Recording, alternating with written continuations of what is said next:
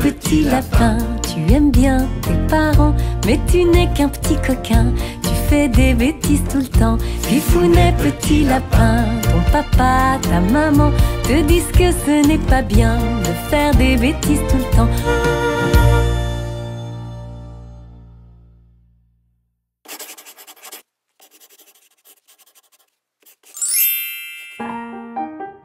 Aujourd'hui, il n'y a pas école. Le papa et la maman de Fifounet sont occupés à ranger et nettoyer la maison. Il les a un peu aidés, mais ce n'est pas très rigolo pour un petit lapin. « Veux-tu qu'on propose à ton copain Barry, le petit éléphant, de venir jouer cet après-midi » lui demande papa. « Quelle bonne idée !» répond Fifounet. « Appelons tout de suite ses parents. » Les parents de Barry sont d'accord. Les deux petits sont ravis. « Tu sais, moi aussi je m'ennuyais chez moi », lui chuchote Barry à l'oreille. « Maintenant qu'un beau soleil brille, tu veux qu'on aille jouer dehors ?»« Allez-y les enfants », leur dit le papa de Fifounet. « Moi, je vais étendre le linge tant qu'il y a un rayon de soleil. » Fifounet et Barry se précipitent dehors et se lancent dans une partie de football. Puis ils jouent aux raquettes et aux billes. « Hé, si on faisait une cabane ?» propose alors Barry. « Super idée !» lui répond Fifounet. « On pourrait se mettre là-bas, sous le grand chêne. Il y a un trou dans les branches. » Fifounet ramasse de gros bâtons. Barry les assemble avec de la ficelle. « C'est vraiment bien !» commente le petit éléphant.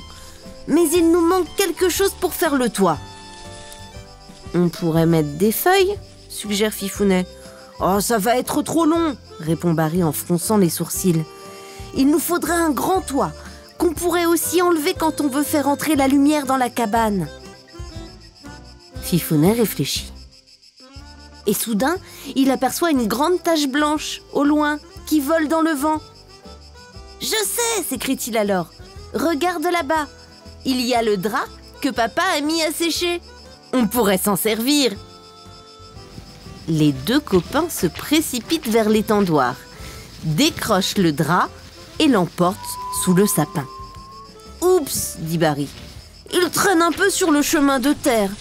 Il est vraiment grand ce drap. » Fifounet aussi a du mal à le transporter. Il se prend les pieds dedans et s'écroule dans les feuilles mortes. Maintenant, il y a de grosses traces de pattes au milieu du tissu blanc. Mais Barry et Fifounet ne la remarquent même pas. Ils soulèvent le drap pour le mettre au-dessus de leur construction. Crac ! Le drap se prend dans une branche pointue et se déchire. « C'est pas grave, » dit Fifounet. « On va faire un gros nœud sur le côté. » Le toit de leur cabane tient bien. Ils sont très contents. « Et si on montrait notre construction à tes parents ? Ils vont être impressionnés, » propose Barry. « Oh oui, ça va beaucoup leur plaire !» applaudit Fifounet. « Papa, maman, venez voir notre cabane !» appelle-t-il. Ses parents sortent de la maison et s'approchent de leur cabane. Mais ils ne réagissent pas du tout, comme Fifounet et Barry s'y attendaient. « Fifounet, mais qu'as-tu fait au drap ?» s'écrie maman. « Oh, Fifounet, chenapan, tu fais des bêtises tout le temps !» Les enfants, regardez, le drap est fichu. Fifounet et Barry observent d'un peu plus près leur construction. Pris par leur jeu, ils ne s'étaient pas rendus compte des dégâts. « Oh non, qu'est-ce qu'on a fait ?» s'écrie Barry. « Je suis désolé !» sanglote Fifounet. « Allez réfléchir à votre bêtise dans la maison pendant qu'on voit ce qu'on peut faire », leur ordonne papa.